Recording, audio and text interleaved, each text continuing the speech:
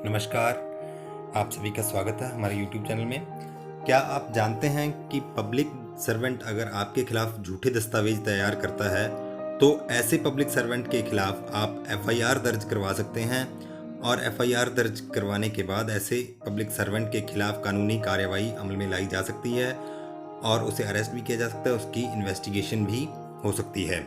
जी हाँ, बिल्कुल सही। दरअसल भारतीय दंड संहिता यानी IPC की सेक्शन 167 के अनुसार अगर कोई लोक सेवक किसी व्यक्ति को हानि पहुंचाने के आशय से झूठे दस्तावेज तैयार करता है तो ऐसे पब्लिक सर्वेंट के खिलाफ FIR दर्ज की जा सकती है, क्योंकि सेक्शन 167 IPC का जो अपराध है वह एक कॉग्निजेबल ऑफेंस है।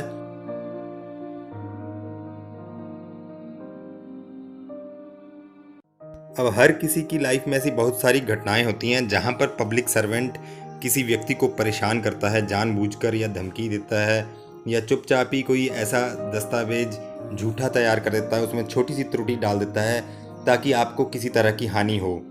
तो ऐसे पब्लिक सर्वेंट का आप ध्यान रखिएगा, उसके खिलाफ आप रिटर्न में एप्लीकेशन दीजिए थाने में, तो थाने में आपकी FIR दर्ज की जाएगी।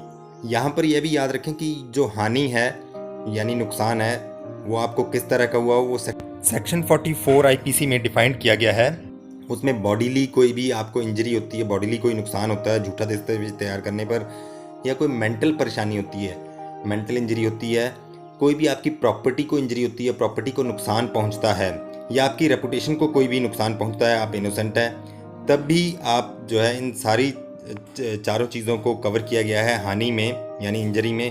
तो इन सभी चारों हानियों के चलते हुए आप FIR दर्ज करवा सकते हैं पब्लिक सर्वेंट के खिलाफ अगर उसके झूठे दस्तावेज के कारण आपको इस तरह की कोई हानि हुई है।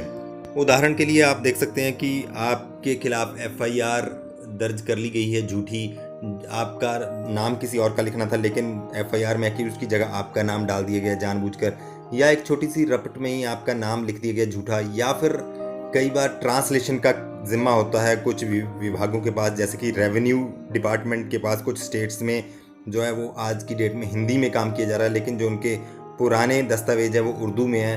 तो उसकी ट्रांसलेशन का काम अगर कोई जानबूझ के गलत कर दे किसी की प्रॉपर्टी को नुकसान पहुंचाने के लिए, किसी के हक को नुकसान पहुंचाने के लिए, तब भी आप FIR दर्ज करवा सकते हैं। या मान लीजिए कोई डॉक्टर जानबूझकर मेडिकल से रिलेटेड गलत दस्तावेज बना दे किसी को नुकसान पहुंचाने के लिए किसी भी तरह का, या फिर कोई और भी इंस्टेंस हो सकता है जहां पर पब्लिक सर्वेंट की ड्यूटी थी कोई दस्तावेज तैयार करने की और उस पब्लिक सर्वेंट ने जानबूझकर यह जानते हुए कि ये दस्तावेज जो है झूठा आपको किसी तरह की इंजरी पहुंचा सकता है, जो कि मैं ऑलरेडी बता चुका हूँ, या फिर उसको ये इंटेंशन भी है साथ में। एक दो चीज़ें हैं, एक तो नॉलेज है कि ऐसा जो झूठा दस्तावेज बना रहा है उससे आपको इंजरी हो सकती है लेकिन उसकी इंटेंशन नहीं है। दूसरा है कि उस पब्लिक सर्वेंट की इंटेंशन ही यही है कि आपको इंजरी हो।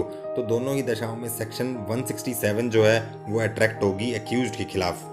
इस सेक्शन के अट्रैक्ट होने के जो आवश्यक तत्व हैं वो नंबर 1 है कि जो एक्यूज्ड है इसमें वो लोक सेवक होना चाहिए, पब्लिक सर्वेंट होना चाहिए। तो पब्लिक सर्वेंट जो है उसकी डेफिनेशन सेक्शन 21 IPC में दी गई है। और पब्लिक सर्वेंट आप सिर्फ गवर्नमेंट सर्वेंट से ना समझें, आपके इसमें बहुत लंबी चौड़ी लिस्ट दी गई है। सेक्शन 21 आप रेफ़र कर सकते हैं IPC की। इवन कि आपके पंचायतों के पंच जो हैं या प्रधान हैं, सरपंच हैं, वह भी पब्लिक सर्वेंट की डेफिनेशन में आ जाते हैं। आपके और भी बहुत सारे लोग हैं जो पब्लिक ड्यूटी कर रहे हैं, जैसे होम गार्ड के जवान हैं, वो भी पब्लिक सर्वेंट में आ जाते हैं। ठीक है जी। नंबर 1 तो ये है कि जो एक्यूज्ड है, जिस पर आरोप लगा है, वो पब्लिक सर्वेंट हो। नंबर 2 जो आवश्यक तत्व है वह है कि दस्तावेज जो तैयार करना उसकी ड्यूटी था उस आदमी की।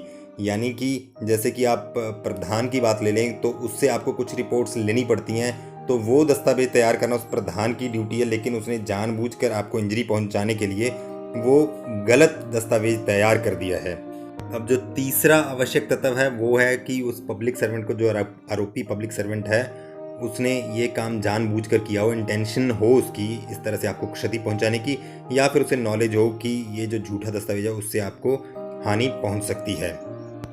अभी यहाँ पर यह भी इम्पोर्टेंट है कि केवल FIR दर्ज कर देने से ही सफिशिएंट नहीं होगा।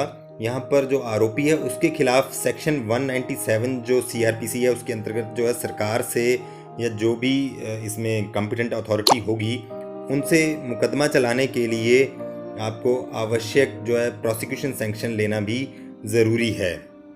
यह अपराध साबित होने पर आरोपी को 3 साल तक के कारावास की सज़ा हो सकती है, या फिर उसे किसी तरह का आर्थिक दंड दिया जा सकता है, या फिर दोनों ही चीज़ों का दंड दिया जा सकता है, यानी कारावास और आर्थिक दंड। अगर आपको आज का ये वीडियो पसंद आया होगा तो वीडियो को लाइक, शेयर और सब्सक्राइब ज़रूर करें। धन्यवाद।